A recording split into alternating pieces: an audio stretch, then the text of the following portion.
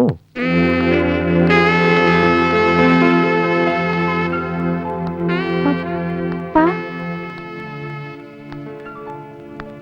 പപ്പാ പപ്പാ എന്നാ എന്നാ വേണം?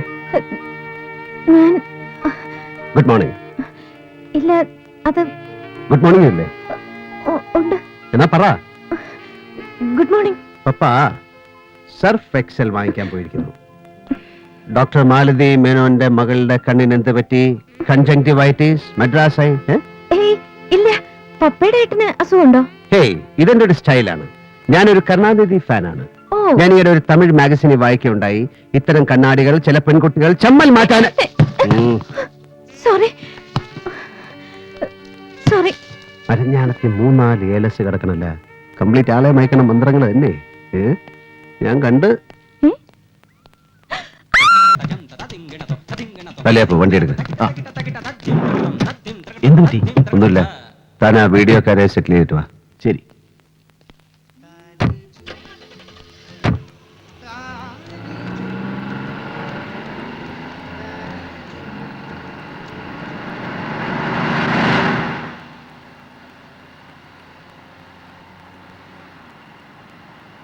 എന്താ മൂടൊന്നും മാറിയ പോലെ? ഒന്നുമില്ല. പപ്പയുടെ വിവാഹം ഉടനെ നടത്തണം. ഈ ഡാൻസും മ്യൂസിക്കും ഒന്നും അധികം വേണ്ട. നീ ഒരു ചേർത്ത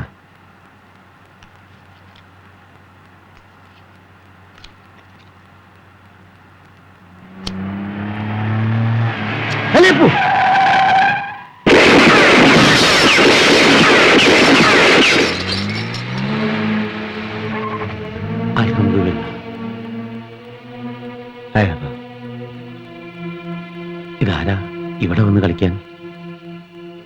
ആരും ആവാം. യൂസഫ് ഷായുടെ പിള്ള. അവനെ ഇതിന് ധൈര്യം കാണിക്കൂ. നമുക്ക് പുറകെ വിട്ടാലോ? വേണ്ട. പപ്പ എത്തുന്നതിന് മുമ്പ് എനിക്ക് വീട്ടിലെത്തണം.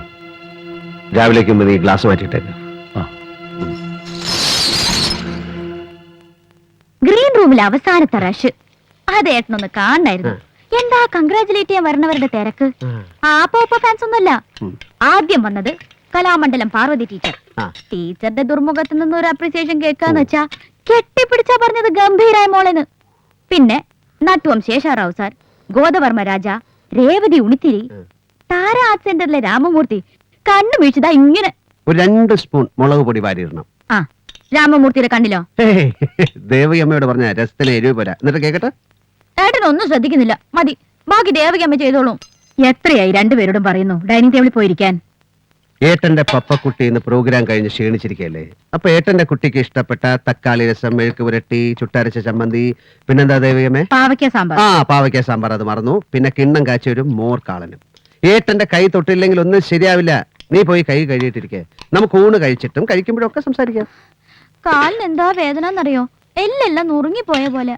ഊണ് കഴിഞ്ഞിട്ട് ദേവകമ്മ ഏട്ടൻ കോയമ്പത്തൂരിൽ നിന്ന് കൊണ്ടുവന്ന കർപ്പൂരായ തൈലോട്ട് ഒഴിഞ്ഞുതരും. എന്നിട്ട് ചൂടുവെള്ളത്തിൽ മേൽ കഴിയിട്ട് സുഖമായിട്ട് കിടക്കണം. ആദ്യം ഡിന്നർ, അത് കഴിഞ്ഞിട്ട് എന്തുള്ളൂ. ഹലോ, ആരാ? എനിക്കേട്ടാ. ഹായ്, ഞാൻ വെയിറ്റ് ചെയ്യായിരുന്നു. പ്രോഗ്രാമിന്റെ സക്സസ് അത് നന്ദന്റെ മിടുക്ക. പിന്നല്ലാതെ ഞാൻ പറയുന്നത് അതൊന്നുമല്ല. എനിക്കൊന്ന് കാണാൻ തോന്നുന്നു. എന്താ അതിൽ ഇത്ര വലിയ തെറ്റ്? ഒന്ന് കാണണം തോന്നി, അത്രയല്ലേ പറഞ്ഞുള്ളൂ. ഓ, വലിയൊരു അഡ്വൈസർ. കണ്ണട വെച്ചോണ്ട് മാത്രം ആളുകൾക്ക് വലിയ മെച്ചൂരിറ്റി ഒന്നും വരില്ല. ഓ, ആരാ പപ്പ അത്?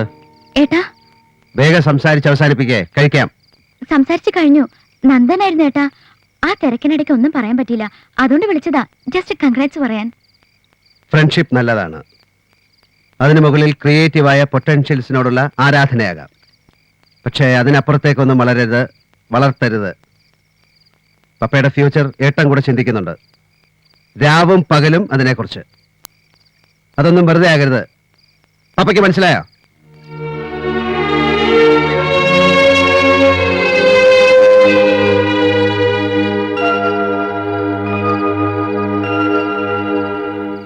പയ്യൻ മിടുക്കനാ.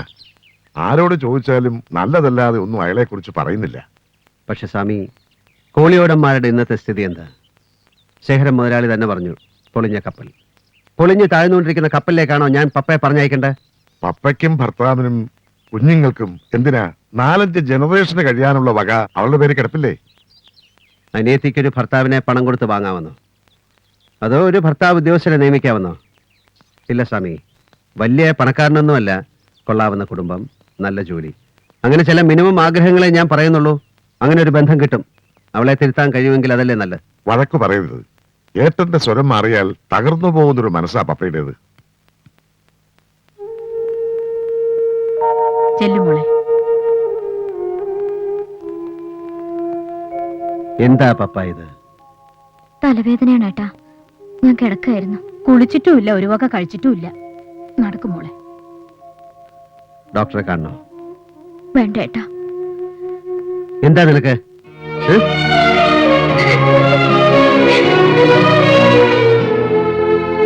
ഇത് എനിക്ക് സഹിക്കാൻ പറ്റില്ല സ്വാമി. അവളുടെ കണ്ണീര് കണ്ടാൽ, അവളെ കരയിച്ചിട്ട് പിന്നെ എന്താ നേടി കൊടുത്തിട്ടെന്താ? സേതു, എനിക്ക് ആ പയ്യനെ, നന്ദനെ ഒന്ന് കാണണം.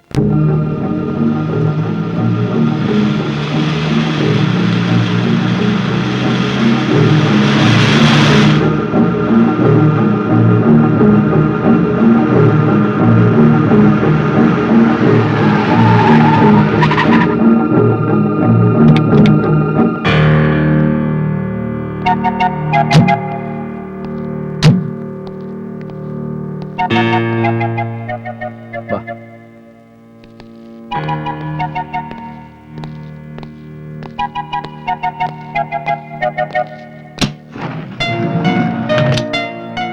കേറ്.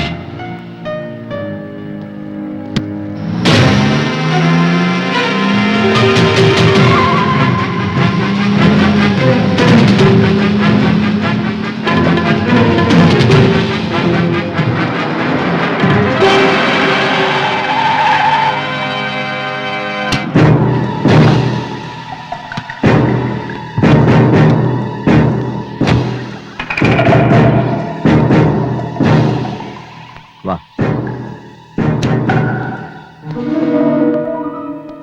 നിനക്ക് പേടി തോന്നുന്നുണ്ടോ? ഇല്ല, എന്തുകൊണ്ട്? ഞാൻ തെറ്റൊന്നും ചെയ്തിട്ടില്ല. തെറ്റും ശരിയും ആപേക്ഷികമാണ്. നിന്റെ തെറ്റ് എനിക്ക് ശരിയാവാം, എന്റെ ശരി നിനക്ക് തെറ്റായി കാണാം. വേദാന്തം പ്രസംഗിക്കാനല്ല ഞാൻ നിന്നെ കാണാൻ തീരുമാനിച്ചത്. എന്റെ പ്രശ്നം പപ്പയാണ്, പപ്പ മാത്രം. ഒരു പെൺകുട്ടി ജനിക്കുന്ന നാൾ തൊട്ട് അച്ഛന്റെയും അമ്മയുടെയും മനസ്സിലൊരു കനൽ ചൂട് നീറാൻ തുടങ്ങും.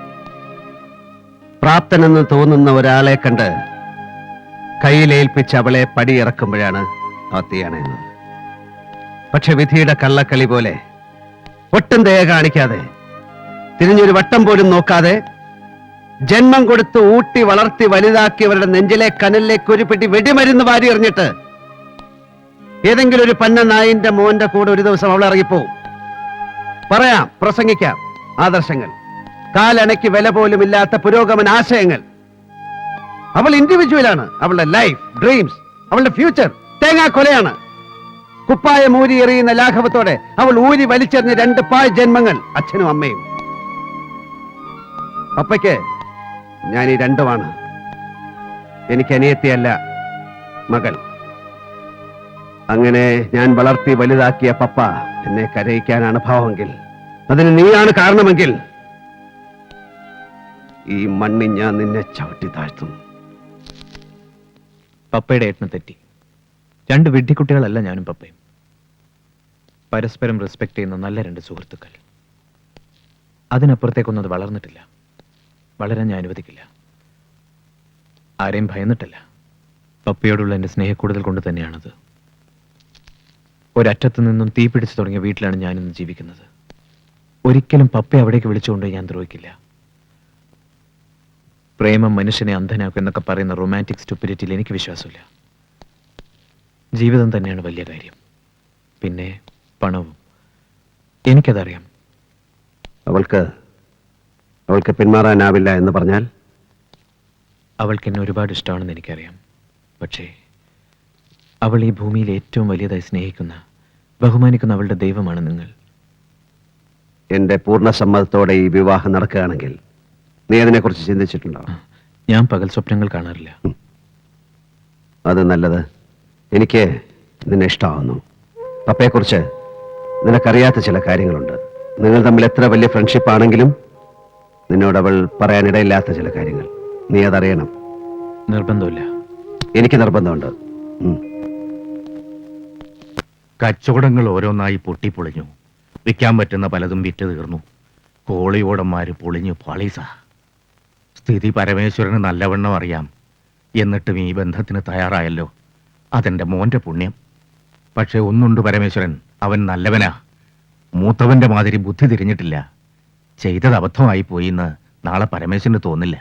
ആവശ്യത്തിലേറെ കയ്യിലിരിക്കുമ്പോഴും ആവശ്യങ്ങളില്ലാതിരിക്കുമ്പോഴും പണം വെറും കടലാസ് കെട്ടുകളാണ്. ഞാൻ അങ്ങനെ കാണുന്ന ഒരാളാണ്. വായിൽ സ്വർണ്ണക്കരണ്ടിയുമായിട്ട് പിറന്നു വീണവനൊന്നുമല്ല ഞാൻ. ആരുടെയോ കർമ്മഫലം കൊണ്ടോ ഇന്നീ കഴിയുന്ന നിലയിൽ എത്തിച്ചേർന്നു. പപ്പയും നന്ദനും തമ്മിൽ ഇഷ്ടത്തിലാണെന്നറിഞ്ഞു. നന്ദനെ കണ്ട് സംസാരിച്ചപ്പോൾ അവരുടെ ആഗ്രഹത്തിൽ തെറ്റില്ല എന്നെനിക്ക് ബോധ്യമായി. അത്രേ ഉള്ളൂ. ഈ പണവും തറവാടത്വവും ഒക്കെ മറക്കാൻ കഴിയുന്ന കാര്യങ്ങളാണ്. അവർ രണ്ടുപേരും മത്സരിച്ച് ചെലവഴിച്ചാൽ പോലും തീർക്കാൻ ബുദ്ധിമുട്ടുള്ളത്ര പരമേശ്വരന്റെ കയ്യിലുണ്ട്. അറിയാം, ശരിക്കറിയാം.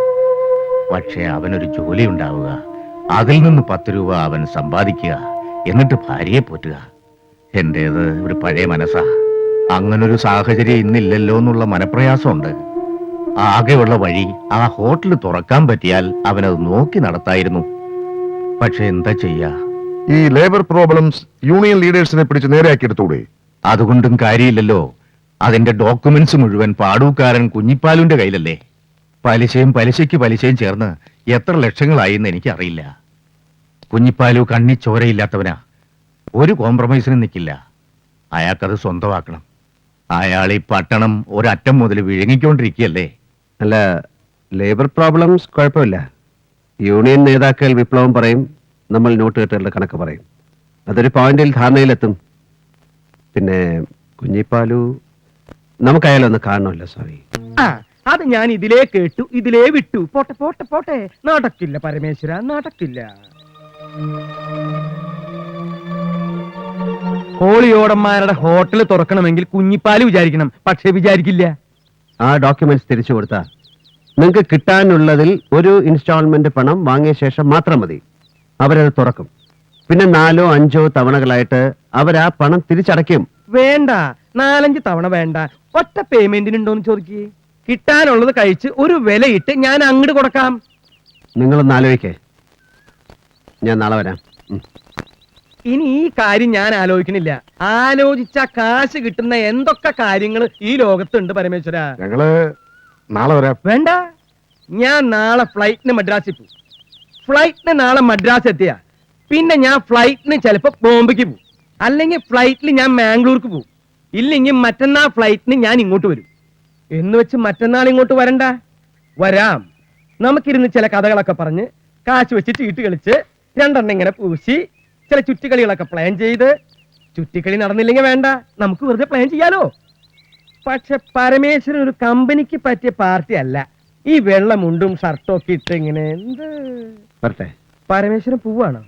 അതെ, കുഞ്ഞിപ്പാലുവിന് കമ്പനിക്ക് പറ്റിയ ആളാണ് ഞാൻ എന്ന് എനിക്ക് തോന്നുന്ന കാലത്ത് ഞാൻ വരാം. ഓക്കേ.